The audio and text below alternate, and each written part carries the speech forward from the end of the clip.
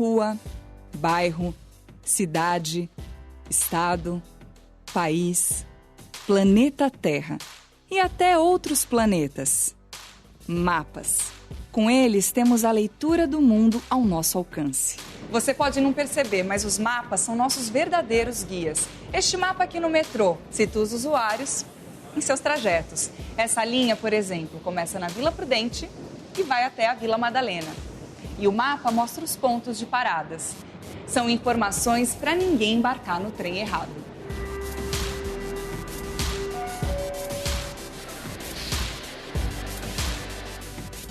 E nas viagens para outros países ou cidades? Os mapas também são uma mão na roda para encontrar pontos turísticos, local para se hospedar, para comer, para se divertir.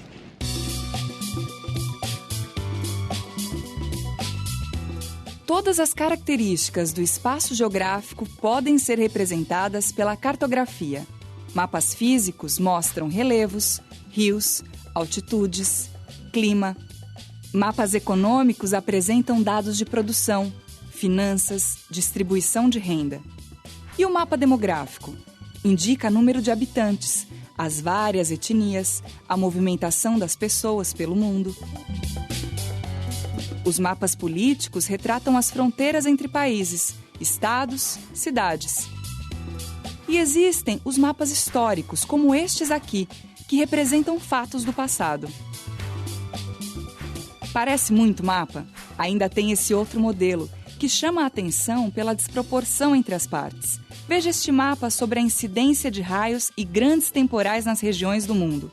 Os locais com maior número de casos aparecem proporcionalmente maiores que os demais, sem levar em conta a escala cartográfica.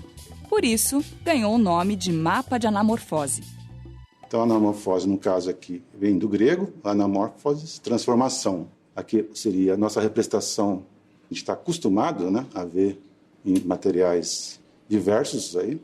E aqui é a representação desse mesmo mapa, só que com peso, retratando essa imagem, o peso da sua população de cada município aqui, por exemplo, da área metropolitana de São Paulo. Então, sem dúvida, né, o município de São Paulo em particular, o peso dela é suficiente para ampliar, né, essa área aqui que a gente está acostumado a ver. O que é importante é que eles tiram a prevalência do que a gente chama do fundo euclidiano único, que as distâncias na sociedade só podem ser medidas em metros. A gente tem distâncias sociais, né? Portanto, às vezes no mapa, coisas que estão um do lado do outro, elas têm distâncias sociais muito grandes. E, por vezes, as medidas só em metros e quilômetros, elas não são suficientes. Então, as anamorfoses vêm cobrir essa necessidade. Como vimos, há vários tipos de mapas. Todos eles servem para nos locomover, orientar, localizar pontos que ajudam o homem a conhecer o espaço em que vive desde os tempos pré-históricos, quando fazia desenhos rústicos nas paredes das cavernas para indicar os caminhos de caça e pesca. Calcula-se que antes de aprender a escrever, o homem já fazia mapas. Os mapas babilônicos, egípcios, astecas e chineses foram os primeiros. Eram de pedra, argila, tecido, papel. O mais antigo é o da Babilônia, feito de barro cozido. Mas é na Grécia que surge a base da cartografia moderna, com Eratóstenes de Cirne, que calculou o perímetro da Terra. Anaximandro de Mileto, que representou o mundo num círculo, com a Europa, Ásia e África. E Cláudio Ptolomeu, que elaborou o Mapa Mundi, importante instrumento para os grandes navegadores do século XV. As grandes navegações a serviço do comércio impulsionaram novas descobertas, estimulando o surgimento de instrumentos como bússolas e astrolábios. Esses instrumentos ajudavam a posicionar os navios em alto mar de acordo com a posição dos astros. A cartografia começa a redesenhar o mundo e ganha grande divulgação no século XVI com a invenção da prensa, por Gutenberg. Colombo, por exemplo, usou como referência o mapa de Ptolomeu. Nós tínhamos esse mundo tripartite, que era um mundo que os mapas têm, que trazia a Ásia, a Europa e a África, de uma forma muito compartimentada. E esse mundo tripartite, ele agrega a América pela primeira vez, né, no início do século XVI, né, em 1507 a gente vai ter aí o mapa de Waldseemüller, que traz a América e o termo América enquanto continente pela primeira vez. A grande expansão econômica da Europa e o aumento das viagens marítimas e intercâmbios comerciais entre países levam cada vez mais a novos investimentos na cartografia e a necessidade de se padronizar os mapas, com referências cartográficas, escalas, cores, de forma a facilitar o entendimento de todos. As cores contribuem muito para a compreensão dos mapas.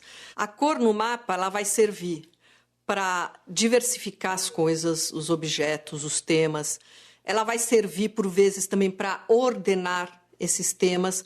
Os mapas de relevo, por exemplo, eles utilizam a cor para mostrar esse acréscimo de altitude, né? Essa gradação de altitude. Então, por exemplo, quando tem as tonalidades de marrom, nós podemos perceber essa gradação.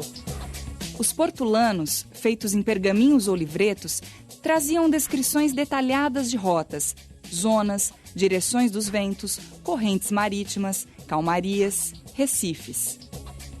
Mas foi com o belga Gerardo Mercator que o mundo ganhou nova cartografia. Bom, Mercator, né, traz um mapa que seria a primeira projeção do que nós chamamos da cartografia matemática da Era Moderna, né, em meados do século XVI.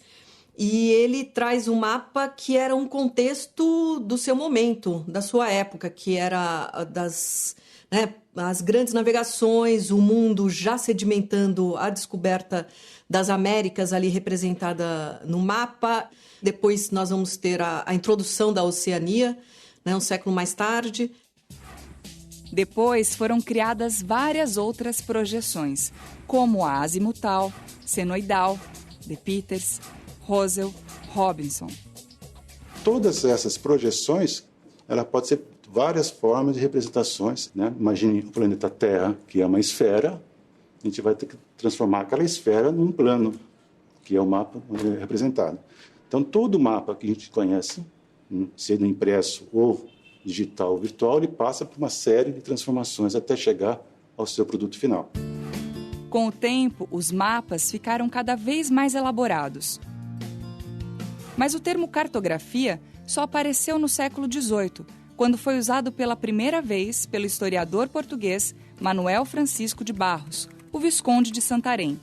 Cartografia vem das palavras charta, papel em latim, e graphe, que significa escrever em grego.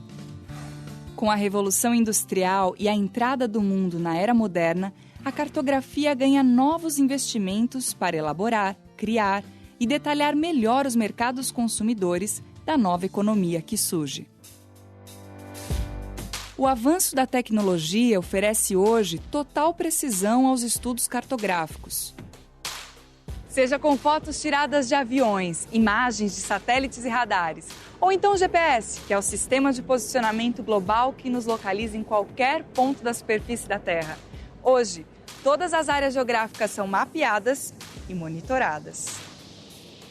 Com imagens realizadas com precisão milimétrica, a cartografia permite aos estudantes, técnicos, professores, pesquisadores e ao público em geral ter acesso a mapas atualizados com informações para todas as áreas do conhecimento. Com novas tecnologias, hoje é possível construir mapas até da superfície da Lua, de Marte ou de Vênus. E ver tudo isso só com um clique no computador.